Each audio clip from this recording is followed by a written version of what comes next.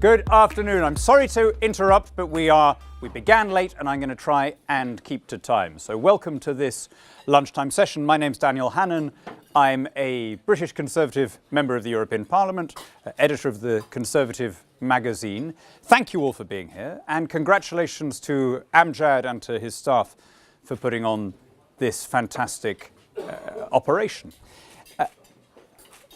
I would argue that the central fact of politics over the last decade has been the rise on the left and the right of an anti-market populism of the kind that we hadn't experienced for decades.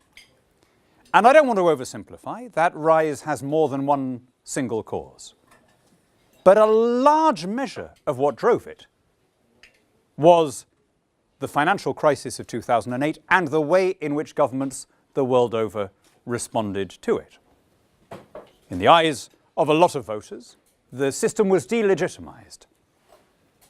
Money was taken through the tax system from low and medium income families in order, as it was perceived, to reward some very wealthy bankers and bondholders from the consequences of their own error. In other words, it seemed to vindicate the critique of the far left that the capitalist system was a sham and that it was all about keeping entrenched elites in positions of power. We're going to have a debate now on whether that could have been done differently, what the consequences would have been for good or ill. Were central banks the saviors who took the world from the brink of recession and restored financial order?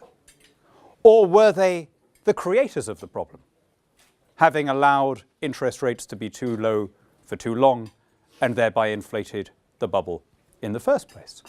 I'm delighted to be joined by two people who are perfectly qualified and placed to argue the respective sides of that case.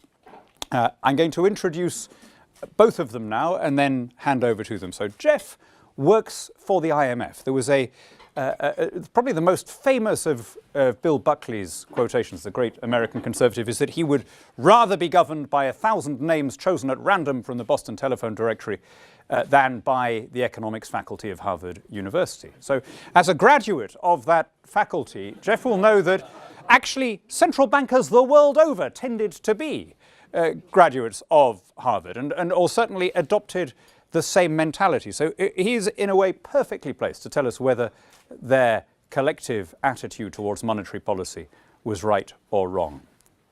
And Max Rangeley runs the Cobden Centre, which I'm very proud to be associated with. Richard Cobden was the great free trade radical in late Victorian Britain, and an example to all of the elected politicians in this room of how one man can change policy with sufficient determination. He took on a cause that was unpopular and unfashionable, and by sheer force of will and conviction, he brought others around to his point of view. The Cobden Centre has two great causes, one of which is Richard Cobden's crusade of free trade, but the other is sound money and particularly the critique of fractional reserve banking, which is the basis of the modern economy. So, gentlemen, I'm going to give you 12 minutes each, after which I'm going to cut you off. I'm going to be tough about the timing, because I want to leave time for a Q&A and questions from others.